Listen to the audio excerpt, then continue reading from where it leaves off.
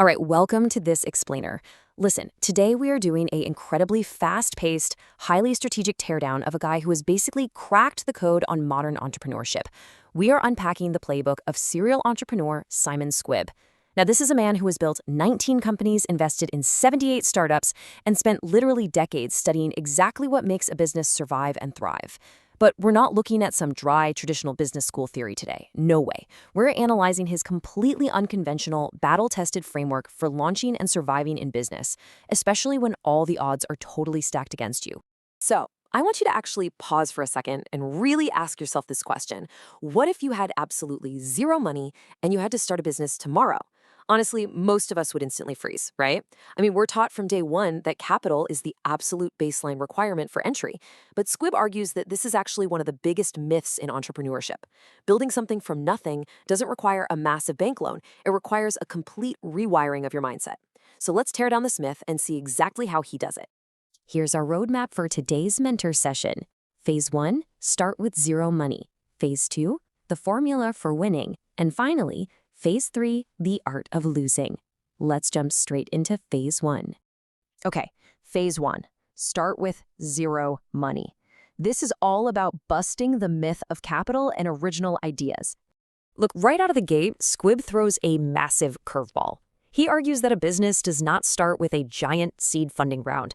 And surprisingly, it doesn't even start with finding some magical gap in the market. It starts with an instinct, a feeling, and an absolute obsession with what you love doing. Conventional wisdom is always telling you to go find a brilliant, totally original idea or some missing niche, right? Well, Squibb says that is entirely false. And he illustrates this perfectly with his own early company, a creative agency called Fluid. Now, when he launched Fluid, there were literally 500 other businesses doing almost exactly the same thing in his market. He didn't have some crazy, unique, never-before-seen idea. So how on earth did he win? Well, he won because he was absolutely obsessed with marketing. While his competitors were treating it like a standard 9-to-5 job and hitting the pub at 5 p.m., he was calling prospects at 8 p.m. He was pushing boundaries, researching all night, and relentlessly experimenting simply because it was his passion. He didn't outsmart them with an original idea. He just out-executed 500 identical competitors. And you know, this kind of obsession naturally fuels a 3-step launch framework. Once you identify that thing you are obsessed with, you apply these 3 steps. Step 1 is simple execution. Seriously, do not overcomplicate it. Squibb notes that when he started his massive help platform, his very first step was just recording a podcast using a completely rubbish microphone and a cheap camera.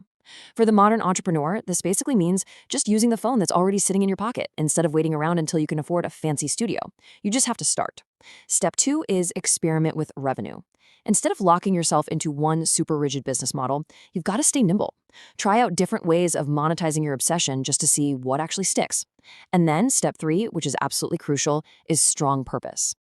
To really hammer home that second step about staying nimble with revenue, think about Airbnb back in the day. When the founders were just starting out, they didn't just sit around waiting for massive venture capital to keep the lights on. Nope.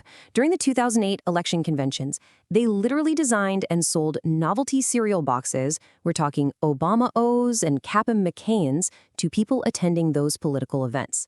It was genius because it allowed them to talk directly to their target customers, and the cold hard cash they made from selling literal cereal is exactly what funded the early days of their tech business. They stayed nimble, kind of like a boxer throwing different punch combinations until they found the one that connected. Which brings us to the purpose piece. Squibb emphasizes that new businesses today absolutely must have a purpose that is bigger than just turning a profit. Why? Well, because if your only goal is profit, everyone working for you will just constantly want more money, and everyone buying from you will just want to pay less. It's a race to the bottom. But if you have a strong, highly defined mission, people naturally align with that. Squibb argues that establishing this bigger-than-yourself purpose actually solves the ultimate entrepreneurial nightmare. If you build this correctly, you literally stop managing people, and you start managing a mission. All right, let's shift gears to Phase 2, the formula for winning. This is exactly how to dominate the long game. So, now that we've survived the scrappy startup phase, we need to escalate this narrative. We aren't just trying to pay the bills anymore, guys. This is about full-blown market dominance. And Squibb's formula for winning is wonderfully counterintuitive. The absolute secret weapon to winning, according to the playbook, is delayed gratification.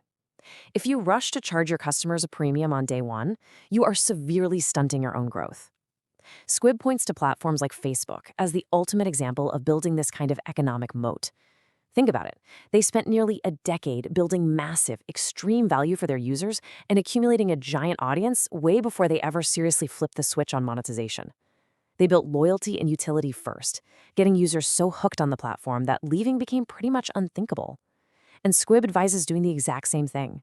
Over-deliver early on, even if it's for free, to turn your early clients into lifelong advocates.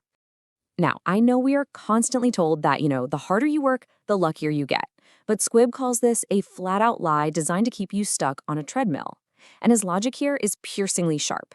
If hard work alone equaled massive financial success, every single nurse in the country would be a multimillionaire, right?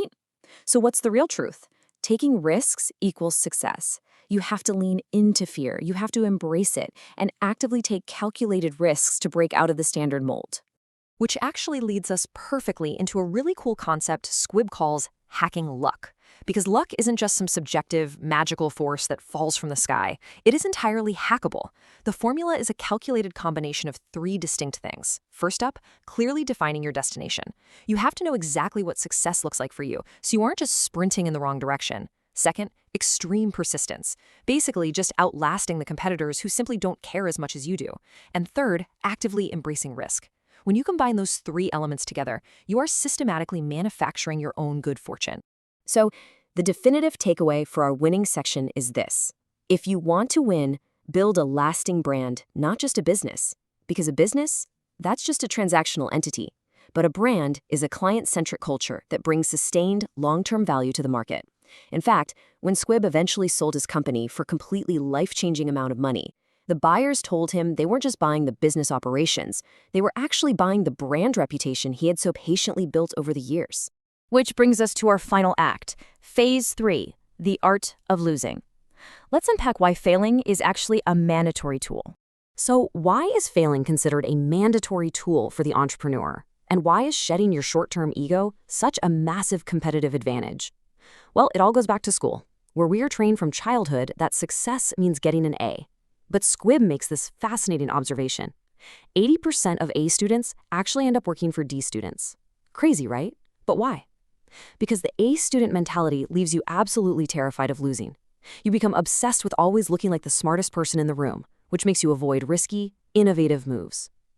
The D student mentality, on the other hand, is totally comfortable with failure. Being told you aren't the best actually gives you this massive freedom to take wild swings without any fear of losing your status. They embrace getting things wrong, they honestly don't care about looking foolish, and they take their sweet time to actually win the long game. Okay, so how do we put this into practice? Squibb offers some highly actionable advice for surviving failure and mastering this art of losing. Number 1, don't let material things own you. If you are chained to an expensive lifestyle, you are going to be paralyzed by the fear of losing it. Number 2, drop your short-term ego. Seriously, stop caring about driving the right car just to impress people who don't actually care about you anyway. And number 3, my favorite, let competitors and peers underestimate you. There is absolute, undeniable power in letting people judge your lifestyle while you are secretly building an absolute fortress of resilience in the background. Because if your competitors think you're a loser, they won't even see you coming until you've already won.